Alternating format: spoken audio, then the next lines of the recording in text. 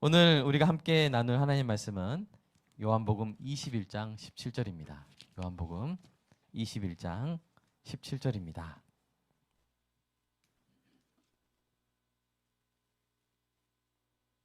요한복음 21장 17절입니다. 저 여러분이 함께 하나님 말씀 읽도록 하겠습니다. 시작. 세 번째 이르시되 요한의 아들 시몬아 내가 나를 사랑하느냐 하시니 주께서 세 번째 내가 나를 사랑하느냐 하심으로 베드로가 근심하여 이르되 주님 모든 것을 아시오매 내가 주님을 사랑하는 줄을 주님께서 아시나이다. 예수께서 이르시되 내 양을 먹이라. 아멘. 우리 하다가 우리 어린 친구들 서로 이야기 이렇게 하면은 다른 분들 설교 못 들으니까 좀 잘 옆에서 지도해 주시기 바랍니다. 따라 주시고요. 우리 설교를 우리 듣기 전에 항상 우리가 하는 기도가 있죠. 우리 설교 듣기 기도 먼저 하겠습니다. 자, 시작. 사랑의 아버지 하나님, 설교자가 성령님의 인도하심으로 성경을 정확하게 설교한다면 성도가 듣는 것은 설교자의 말이 아니라 하나님의 말씀이며 성도가 마음속으로 듣는 음성은 그리스도의 음성인 줄 믿습니다. 설교 듣는 일에 제일 되는 목표는 내 자아의 욕구를 만족시키는 것이 아니라 나의 관심을 하나님께 합당하게 돌려서 하나님을 보고 기뻐하여 하나님께 영광을 돌리는 것임을 고백합니다. 이제 설교를 통해 오늘 나에게 주시는 하나님의 말씀을 받을 때 내 마음이 옥토가 되게 하시고 성령님의 조명하심으로 오해 없이 겸손하게 받아 회개할 것은 회개하고 위로받을 것은 위로받고 배워야 할 것은 배움으로써 100배의 열매를 맺게 하소서. 예수님의 이름으로 기도합니다. 아멘. 여러분, 베드로처럼 주님의 사랑을 받은 사람들의 마음을 늘 뜨겁게 하는 사명이 있습니다. 그것은 바로 오늘 본문의 명령을 수행하는 것이죠. 그 명령은 무엇입니까? 내 양을 먹이라는 것입니다. 이 사명이 늘 신자의 마음을 뜨겁게 하는 이유는 주님께서 주님을 사랑하는 자에게 직접 주신 사랑의 사명이기 때문입니다. 이 말씀이 저에게는 이렇게 들리는 거예요. 내가 나를 사랑하느냐? 내가 나를 사랑한다면 그 사랑을 표현할 방법이 있는데 그것은 내 양을 먹이는 것이다. 우리는 지금까지 요한복음을 공부하면서 우리를 향한 주님의 사랑이 얼마나 크고 깊고 높고 넓은지 배웠습니다. 앞으로도 그 사랑을 더 배우고 더 깨닫고 더 경험하길 원하십니까? 우리를 향한 주님의 사랑을 더 알아갈수록 주님을 향한 우리의 사랑도 더 자라갑니다. 그 사랑이 자라갈수록 여러분 그 사랑을 표현하고 싶은 마음도 더 커집니다. 여러분 주님을 사랑하십니까? 그 사랑의 크기만큼 표현하고 여러분의 그 표현을 주님께서 받아주시기를 원하십니까? 그렇다면 주님의 양을 먹이시기 바랍니다. 여러분 우리 모두에게 주님께서 맡겨주신 양이 있습니다. 부모에게는 자녀가 있습니다. 교사에게는 학생이 있습니다. 직장 동료나 친구가 주님이 우리에게 맡겨주신 양일 수가 있습니다. 저에게는 여러분이 있습니다. 성도 여러분은 사랑하는 주님께서 저에게 맡겨주신 주님의 양입니다. 그래서 제가 여러분을 먹여야 합니다. 무엇으로 먹여야 할까요? 바로 성경에 있는 하나님의 말씀으로 먹여야 합니다.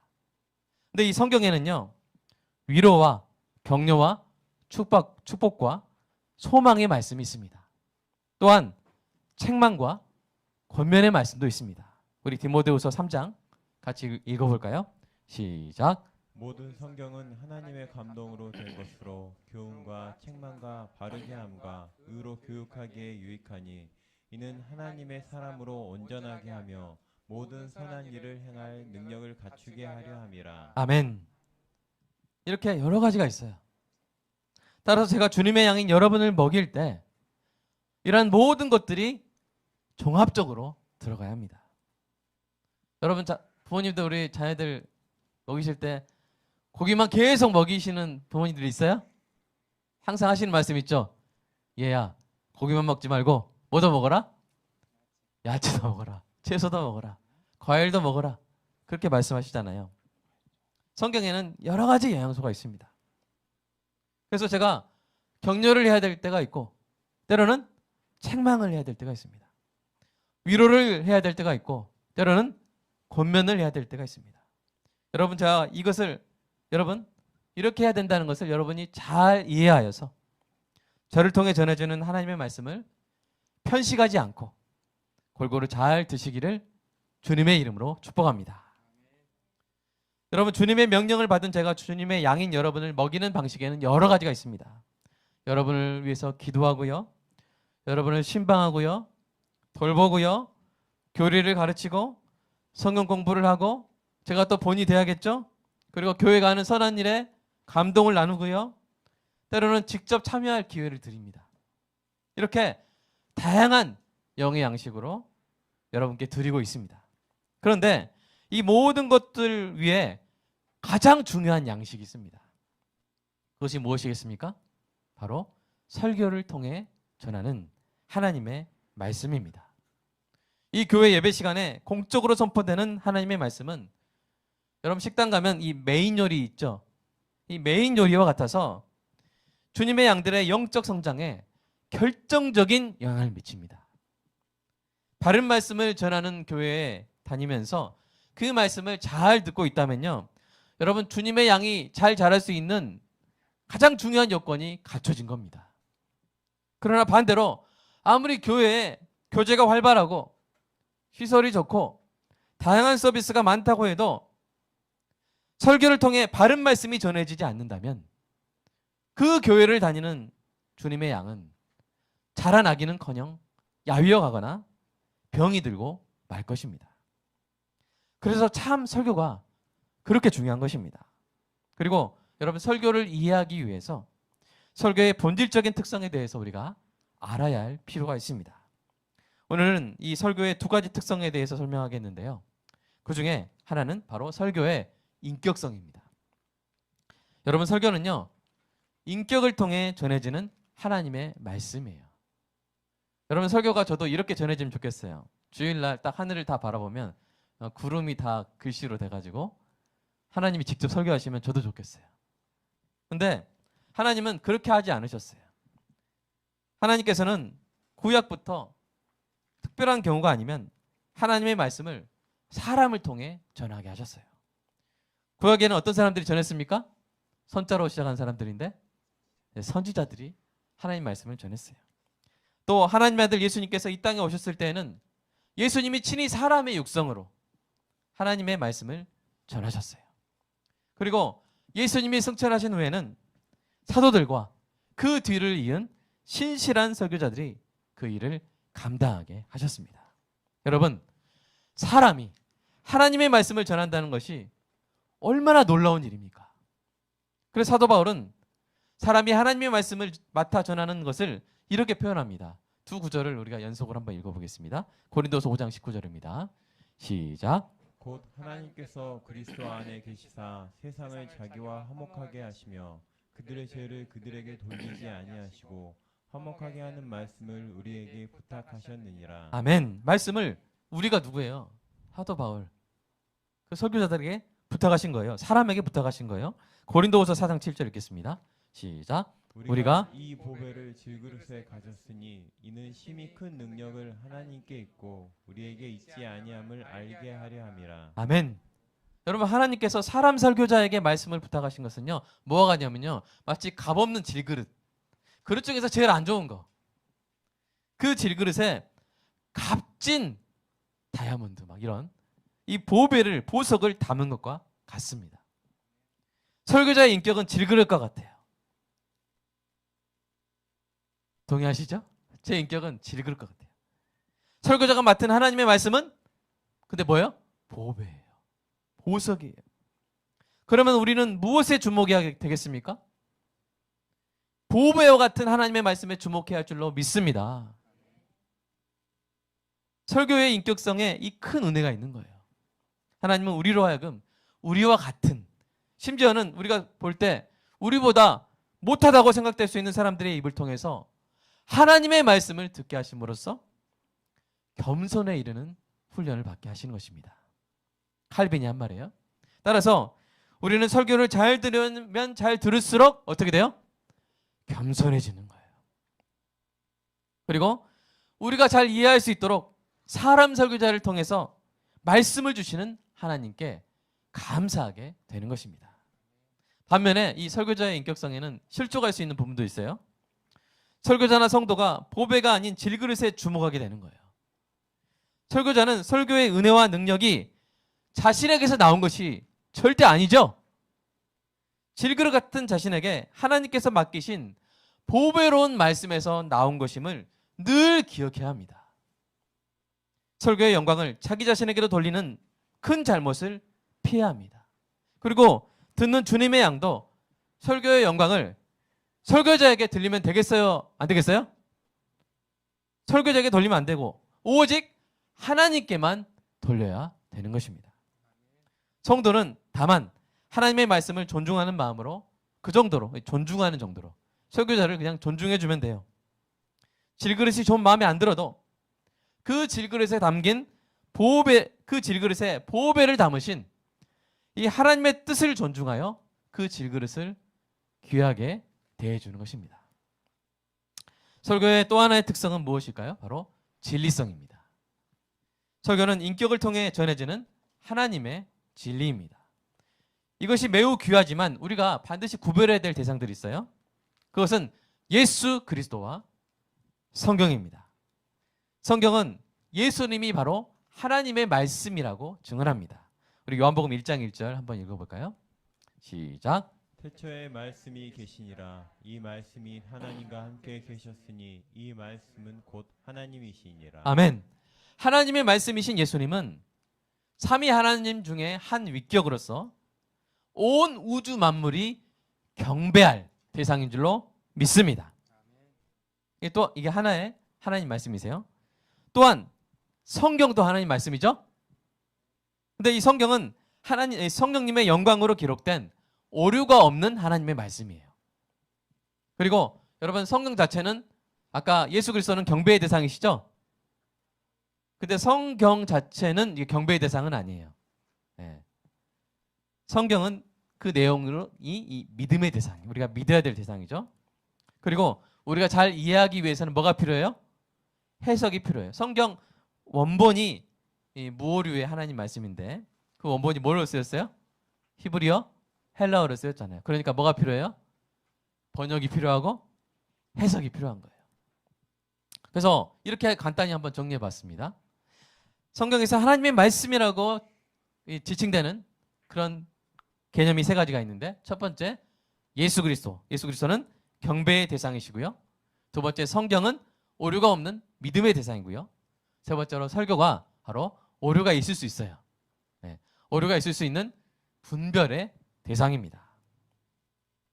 그런데 그래서 이 설교 중에서도 정말 성령님의 인도하심으로 성경을 정확히 전하면 그것이 바로 진리요 하나님의 말씀이 되는 것입니다. 이것이 바로 성경의 진리성입니다. 그런데요 여러분 저기도 나와 있지만 이 진리성은 성경이 가진 또 하나의 특성 뭐라 그랬어요?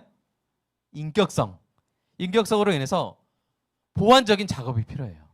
그 보완적인 작업이 뭐예요? 바로 분별입니다.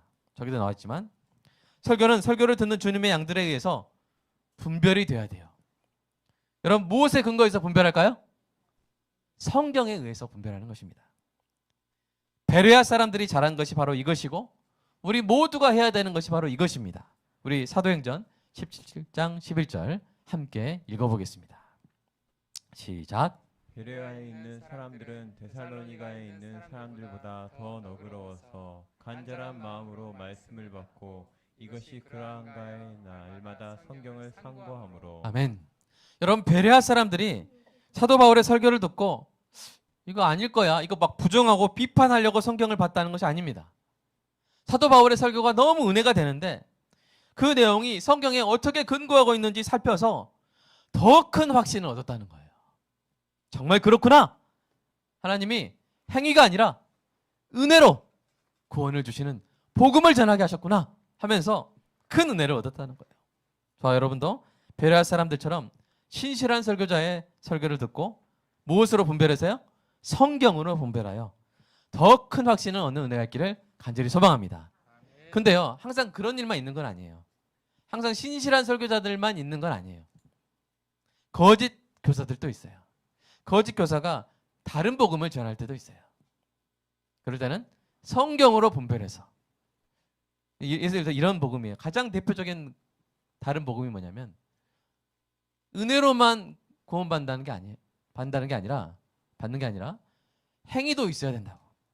이 행위 구원론을 전하는 복음들이 대표적인 다른 복음들인데, 그런 복음들은 성경을 보고 아, 이거 아니구나, 여러분이 분별해서 속지 않는 은혜가 있기를 주님의 이름으로 축복합니다. 지금까지 나는 설교의 두 특성 뭐예요? 두 가지 특성, 인격성과 진리성을 이해하면 우리는 설교에 대한 두 가지 극단적인 오해를 피하는 지혜를 얻을 수가 있는데요. 그 두 가지가 이것입니다. 첫째, 설교자가 말하는 모든 내용에 전혀 오류가 없다고 하거나 아무런 입증도 없이 성경과 같은 권위를 부여해서는 안 됩니다. 그냥 설교자가 무슨 말을 다 한다고 해서 주님이 뭐 2021년에 오십니다 막 이렇게 그냥 아무 성경에 근거도 없는데 말을 다 한다고 해서 다 그거를 성경 같은 권위로 받아들이면 돼요, 안 돼요? 안 된다는 거. 오직 뭐예요? 성경에 의해서 근거가 있고 입증된 말씀을 하나님의 말씀으로 받아야 한다는 것이죠. 그러니까 설교의 권위는 어디서 나와요? 성경으로 입증된 데서 나오는 것입니다. 자, 두 번째 한번 이번에 같이 읽어보. 너무 많나요? 자, 같이 한번 읽어보겠습니다. 시작. 반대로 성령으로 하는 설교를 단지 사람의 말로 여겨 경시해서는 안 됩니다. 이는 하나님께서 베드로를 포함한 신실한 설교자들에게 주님의 양들을 하나님의 말씀으로 먹이게 하신 오늘 본문의 진리를 부정하는 결과가 되기 때문입니다. 네, 여러분, 그러니까 이게 극단으로 가면 안 되는 거예요. 목사님이 한 말은 다 이게 성경과 같은 진리다. 그거는 너무 이쪽으로 치우친 거고요. 목사님 한 말은 그냥 사람이고 자기 의견에 불과해. 그건 목사님 말이고요. 이거는 또 잘못된 또 극단으로 가는 거예요. 그래서 이 설교의 인격성과 진리성을 잘 이해해서 설교자와 설교에 대해서 균형 있는 성경적인 태도를 유지하는 은혜가 있기를 주님의 이름으로 축복합니다. 자, 그렇다면 우리가 설교를 통해서 하나님의 말씀을 잘 먹으려면 어떻게 해야 될까요?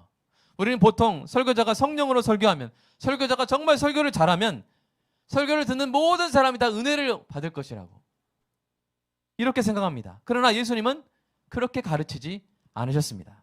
예수님은 하나님의 말씀이 사람의 마음에 전해질 때 일어나는 일을 농부가 씨를 4가지 땅에 뿌릴 때 일어나는 일에 비유하셨어요.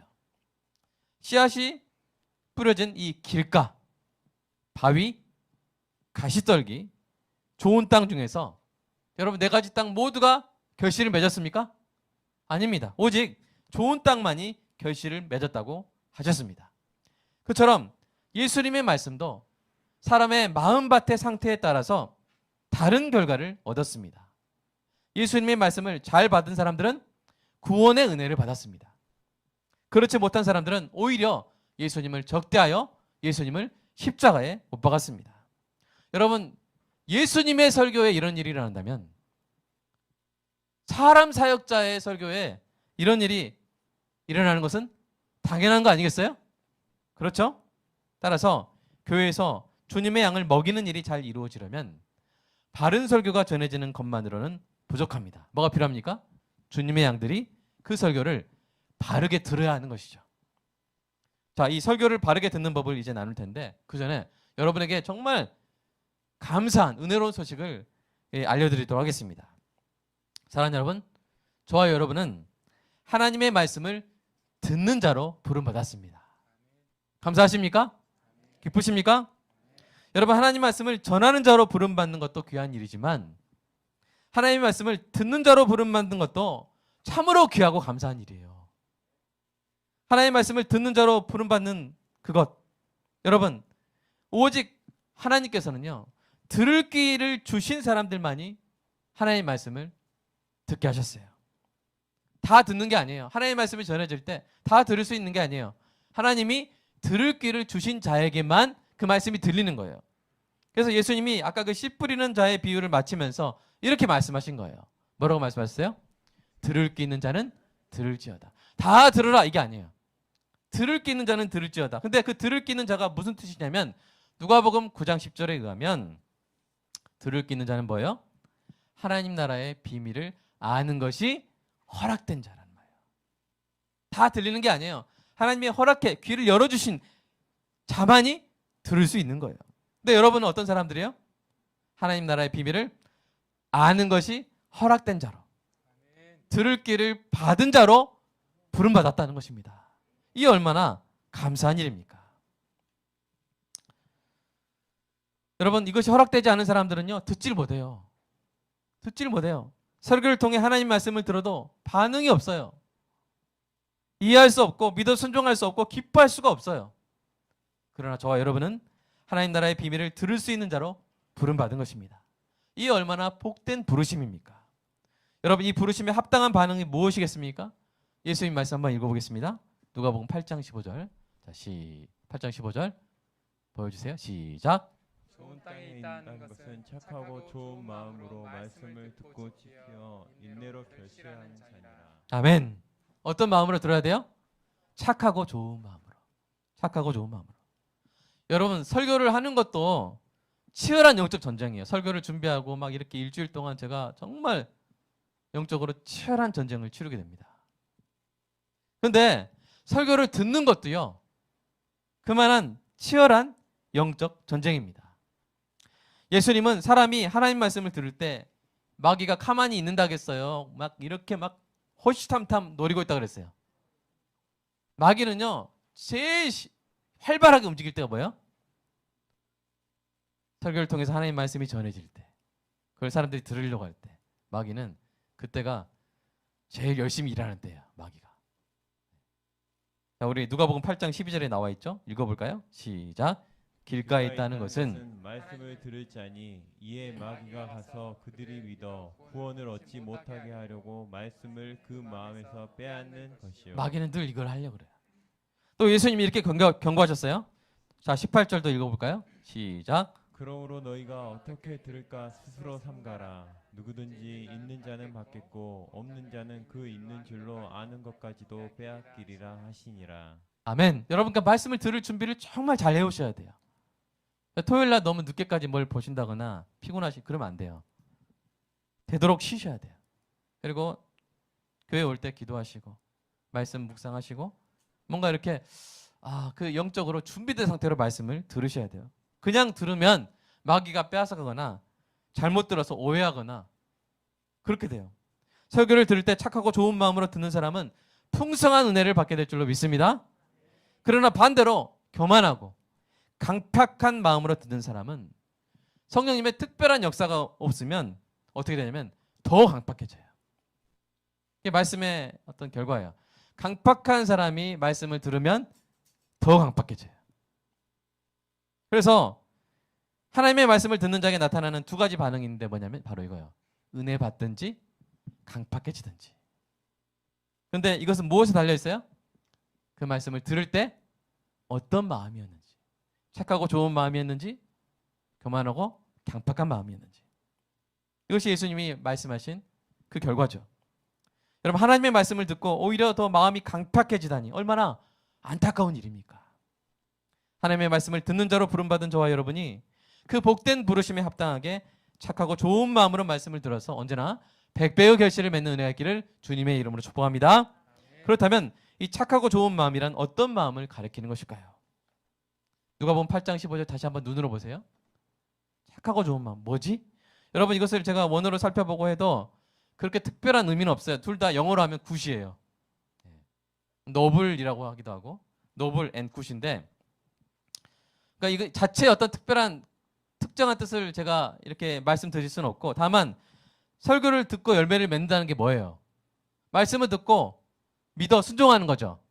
그러려면 어떤 마음이 필요하겠습니까? 두 가지 마음이 필요해요. 첫 번째, 하나님의 말씀의 권위를 인정하는 마음이 필요하고요. 두 번째, 하나님의 선하심을 신뢰하는 마음이 필요해요.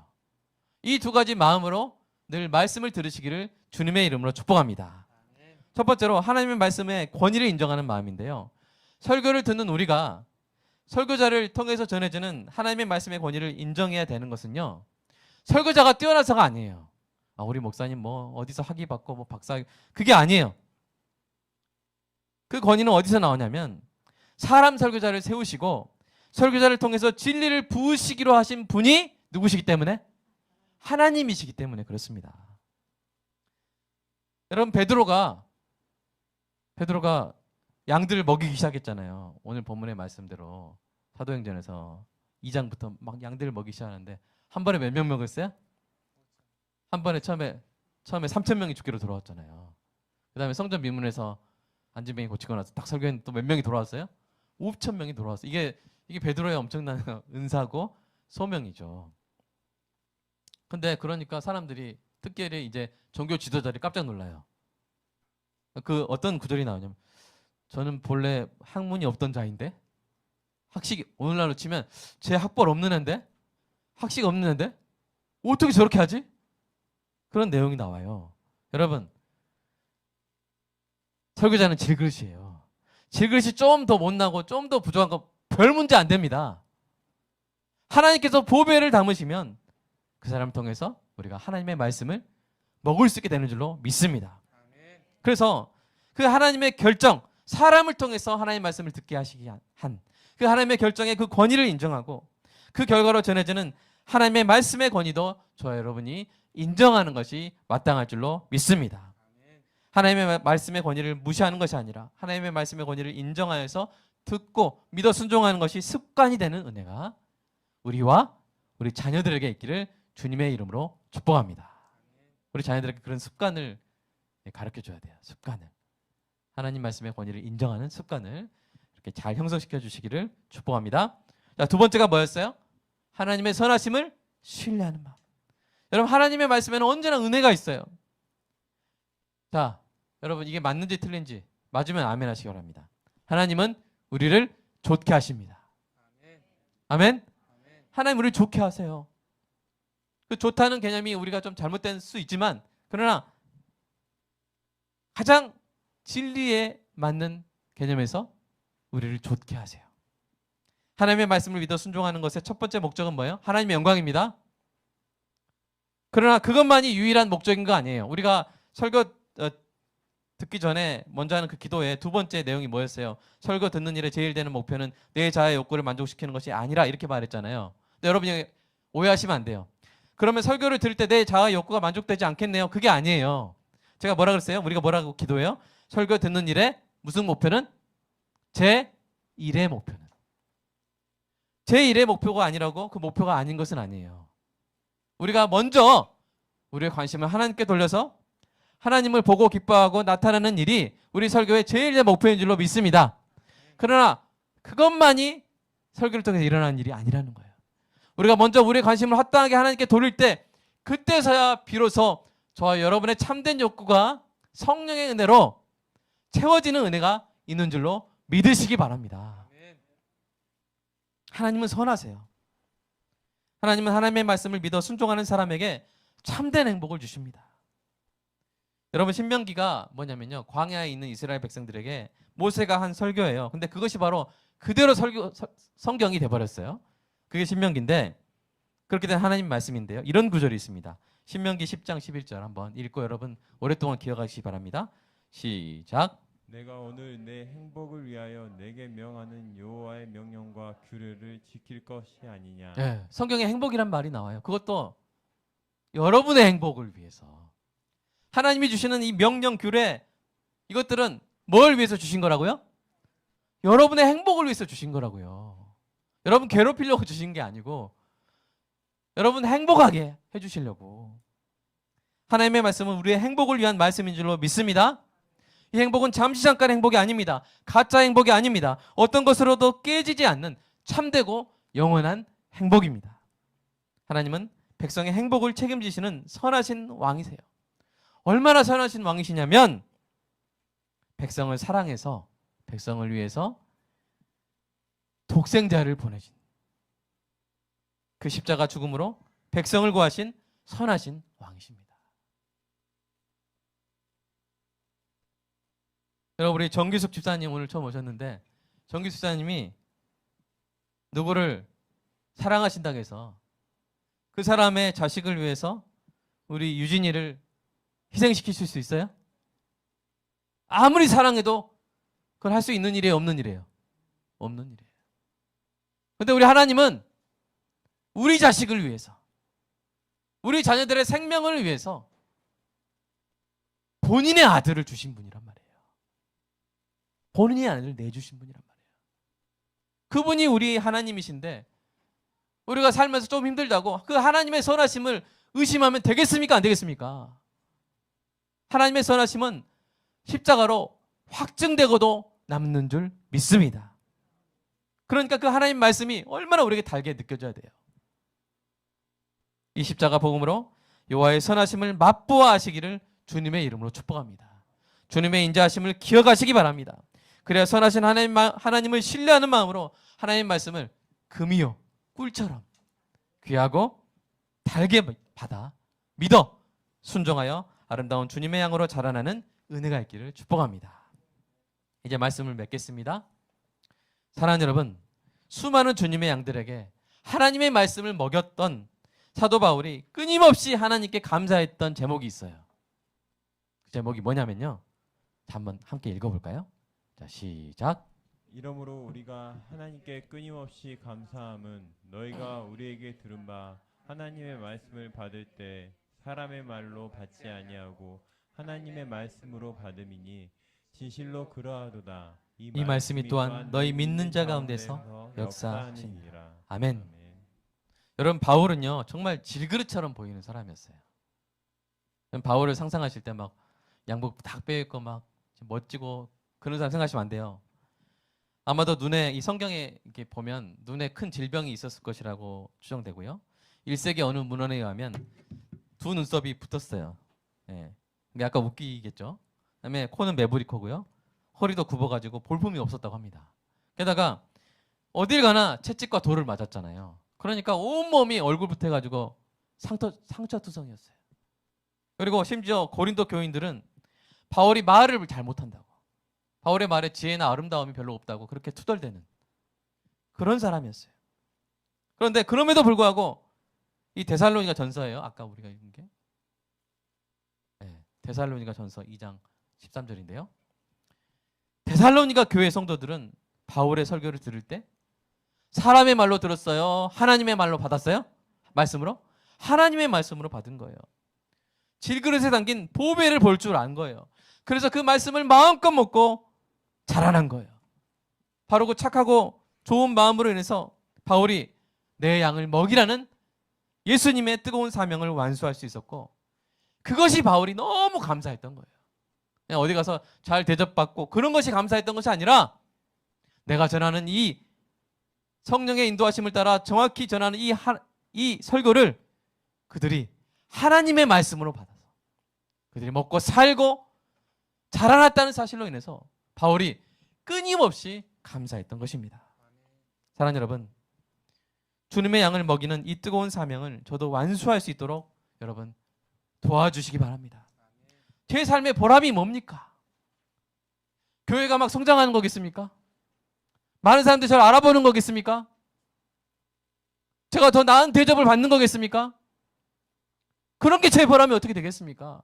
제가 얼마나 부족합니까? 보시기에 나이가 45살인데 아직도 너무 좀 어려 보이잖아요. 막 권위가 없어 보이잖아요. 근데 좀 머리라도 휘어져야 되는데 그런 것도 없잖아요. 제 보람이 뭐겠습니까? 이런 질그릇 같은 저를 통해서 전해지는 말씀이라 할지라도 여러분이 착하고 선한 마음으로 받아서, 여러분이 하나님의 말씀으로 받아서 여러분이 행복해지고 여러분 영혼 안에서 하나님이 최고의 기쁨의 대상이 돼서 여러분의 영혼 속에서 하나님이 최고의 영광을 받으시는 거, 이거 말고 저에게 무슨 보람이 있겠습니까? 사랑하는 여러분, 사랑하는 성도 여러분과 제가 하나님의 말씀을 먹고 그리스도의 분량까지 자라가고 그로 인해 설교자도 하나님께 끊임없이 감사하게 되는 우리 교회 되기를 간절히 소망합니다. 이 시간 함께 기도하겠습니다. 세 가지 기도 제목으로 기도하면 좋겠습니다. 첫째, 우리 모두가 착하고 좋은 마음으로, 겸손하고 간절한 마음으로 설교를 통해 하나님의 말씀을 먹을 수 있도록. 두 번째로, 하나님의 말씀의 권위를 인정하고 하나님의 선하심을 신뢰하여 하나님의 말씀을 들을 때 믿어 순종할 수 있도록. 셋째로, 내 양을 먹이라는 주님의 뜨거운 사명이 우리 교회에서 신실하게 이루어져서 끊임없는 감사의 제목이 되는 은혜가 있도록 이 시간 함께 기도하겠습니다. 주님 사랑합니다. 하나님, 사람이 무엇이간데 사람을 통해 하나님의 말씀을 전하게 하셨나이까? 제가 무엇이간데 하나님의 말씀을 전하는 사역자로 부르셨나이까? 너무나 부족한 질그릇이라 주님 앞에 몸둘 바를 모르고 주님의 말씀을 전할 때 두렵습니다. 주님, 그러나 하나님 우리에게 착하고 좋은 마음을 주셔서 사람의 말로 받지 아니하고 하나님의 말씀으로 받아 내 양을 먹이라는 주님의 그 사명을 감당할 수 있다면 주님 끝없이 감사하고 감사합니다. 주님, 사도 바울의 마음이 이해됩니다. 주님, 우리 교회에 다른 어떤 것보다 내 양을 먹이라는 이 명령이 온전히 이루어지게 하시고 성령의 조명하심으로 말미암아 모든 설교마다 오해 없이 받아들이고 책망이나 격려나 위로나 권면이나 모든 것들이 주님의 말씀으로 받아들여져서 사랑하는 성도들이 행복해지고 성도의 영혼들마다 주님께서 최고의 영광을 받으시는 영광의 콘서트홀이 되는 은혜가 주님 있게 하여 주시옵소서. 주여, 저의 입술을 성령의 빈수스로 정결케 하여 주시고 저의 마음을 뜨겁게 주님을 더욱더 사랑하게 하여 주시고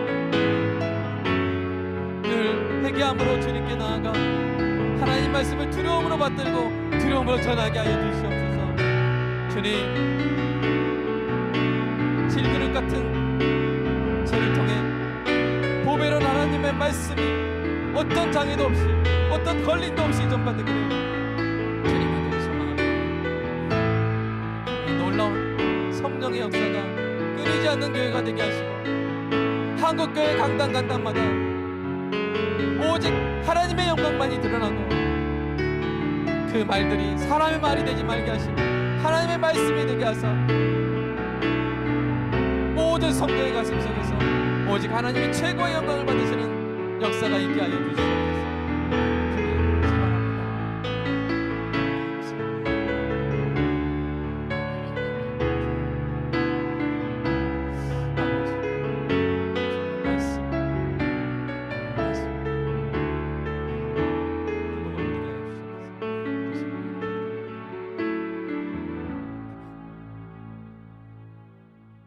주님 사랑합니다. 사람을 통해 하나님 말씀을 전하게 하시고 들었고 떨림으로 전할 때 성령의 조명하심으로 사람의 말이 아니라 하나님의 말씀으로 받아 그 권위를 인정하고 하나님의 선하심을 신뢰함으로 듣고 믿어 순종하여 아름다운 열매를 맺고 참된 행복을 누리는 모든 성도들 주님 되게 하여 주시옵소서. 그리고 그 무엇보다 각자의 영혼들 안에 하나님을 가장 기뻐함으로 말미암아 하나님께서 그 영혼의 콘서트홀에서 최고의 영광을 받으시는 우리 교회 되게 하여 주시옵소서. 하나님 사랑합니다. 모든 것이 주님의 것임을 고백하는 마음으로 11조 감사한금 주일원금 드립니다. 주님 받아주시고 성도의 삶 가운데 우리가 채울 수 없는 것들 주님께서 채워주시고 우리가 지킬 수 없는 것들 주님께서 지켜주시고 우리에게 필요한 깨달음, 지혜, 하늘의 신령한 은사로 부어 주시옵소서. 넘치게 하사 세상에 가서 주님의 사랑하는 양들을 풍성히 먹이는 우리 모두가 되게 하여 주시옵소서. 예수님의 이름으로 기도드리옵나이다. 아멘.